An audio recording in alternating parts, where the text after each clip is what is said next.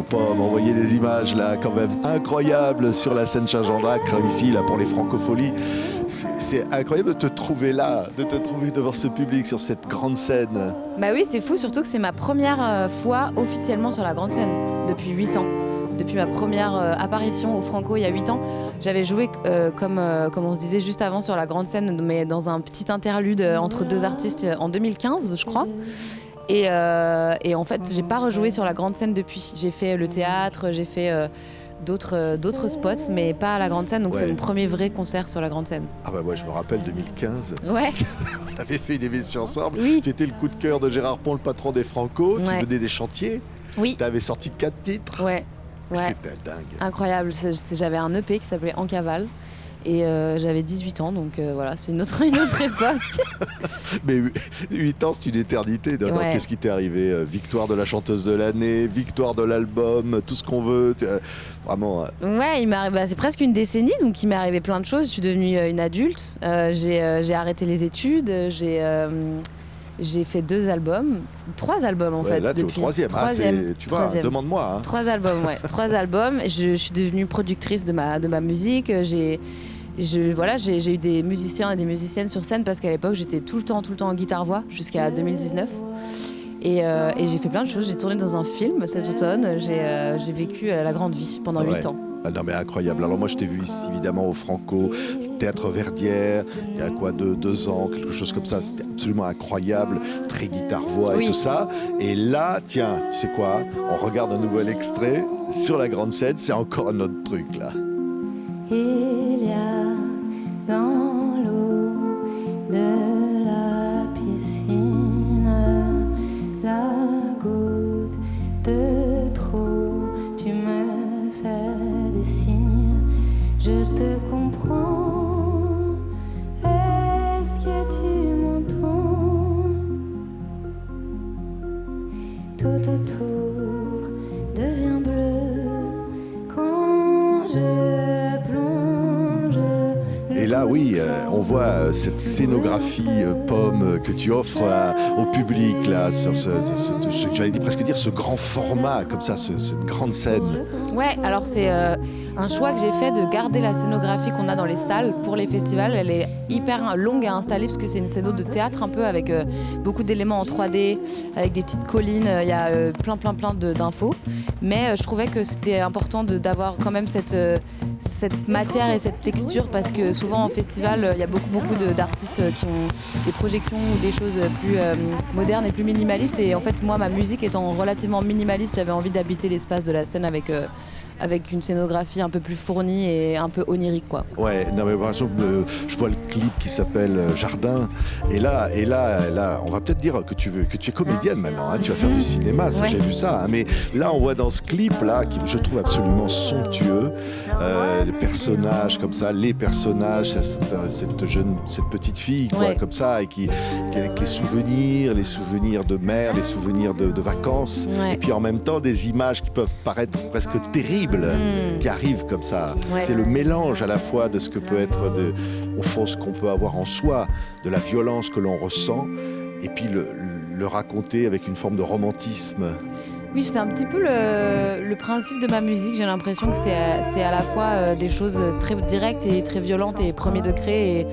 Et je modifie pas toujours la réalité. Et parfois, du coup, c'est ce qui fait que ça peut être plus sombre et en même temps il y a une grande part de fantastique et une grande part de magie dans ce que j'ai envie de proposer. Donc souvent dans les visuels je vais amener une magie et un onirisme qui sont plus difficiles à trouver dans la vraie vie et dans les textes qui sont vraiment liés à la vraie vie. Et dans cette chanson là je parle de mon enfance et je parle de choses parfois sombres et du coup j'ai envie de proposer des visuels, des clips, des pochettes et un univers graphique un petit peu plus magique pour pouvoir contrebalancer. Il y avait déjà ça sur les failles où j'avais fait tout un artwork avec des illustrations que j'avais avec une artiste canadienne justement.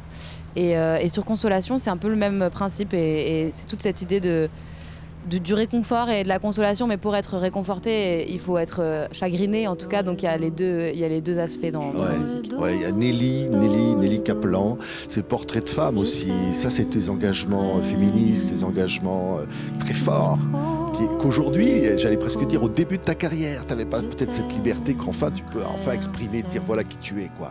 Bah oui, ça fait maintenant quelques années que j'ai une grande liberté dans la création. C'est vraiment une chance incroyable, surtout quand on a connu l'absence de liberté et l'absence d'indépendance. Quand on est libre et qu'on peut choisir qu'on peut prendre ses décisions artistiques, c'est vraiment quelque chose de très précieux et c'est quelque chose que j'ai envie de cultiver et que j'ai envie de garder précieusement, quoi. Ouais, le métier n'est pas toujours facile, hein.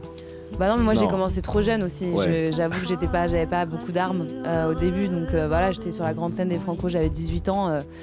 C'était jeune, donc forcément j'étais en construction et c'est vrai que c'est un métier pas facile comme plein d'autres métiers où c'est des métiers de pouvoir et c'est des métiers c'est des métiers bizarres. Donc il faut cheminer et naviguer là-dedans. Et je pense qu'en tant que jeune femme, c'était pas évident. Mais maintenant, j'ai bien fait mes armes. Je me suis construite quand même avec beaucoup d'assurance. Aujourd'hui, c'est beaucoup plus facile pour moi. Mais c'est vrai que c'est une chance parce que j'ai commencé tellement jeune que là, j'ai 26 ans et je me sens beaucoup plus confiante, alors qu'il y a des gens qui commencent à cet âge-là. Et Barbara, justement, qui est un peu tu as fait une belle chanson, B. Voilà.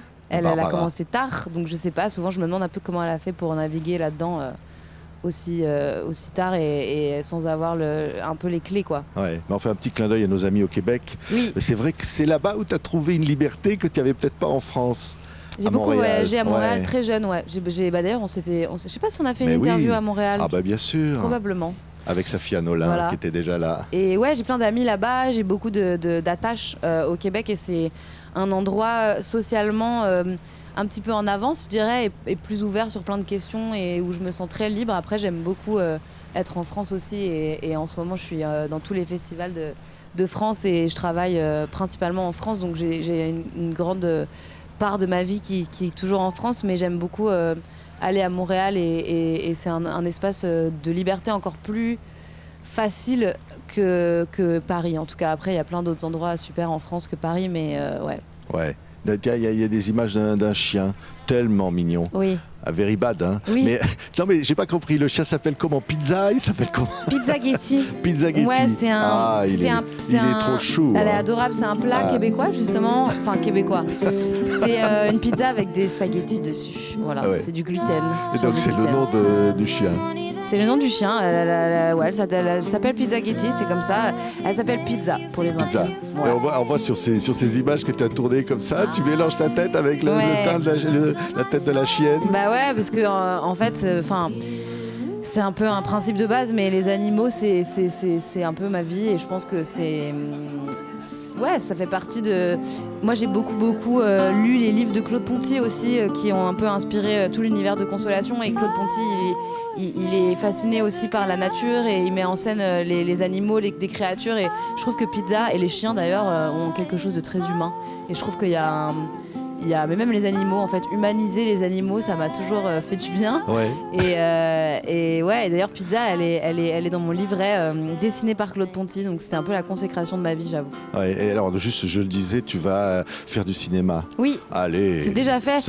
Mais ça sort déjà tourné. Le 6 Rôle décembre. Principal. Ouais. Ça sort le 6 décembre en salle. Ça s'appelle La Vénus d'argent. Et c'est le rôle principal. De Elena Klotz. Elena Klotz, exactement. Ouais. J'avais pas prévu de faire un rôle principal pour commencer, c'était un petit peu vertigineux. Ouais. Mais en fait, j'avais un autre projet avant qui s'est pas fait, où j'avais un second rôle. Et ensuite, on m'a proposé ce film-là. Et j'ai trouvé que c'était un super scénario, que Elena était hyper intelligente et hyper inspirante dans sa façon de travailler. Et elle m'a proposé ce premier rôle et je me suis un peu lancée. C'était un peu terrifiant, mais j'ai finalement beaucoup aimé. Je me suis fait raser la tête dans le film. Du coup, j'ai eu la tête rasée pendant un temps. Et là, j'ai les cheveux qui repoussent et le film va sortir, donc ça va être cool. Génial, je suis trop contente de te retrouver. Bah ouais, Pomme. Ça fait plaisir. Tant de bonheur et toujours la même artiste absolument formidable que je vois grandir et avec cet univers, cette sincérité, ce talent qui fait que maintenant tout le monde, c'est complet.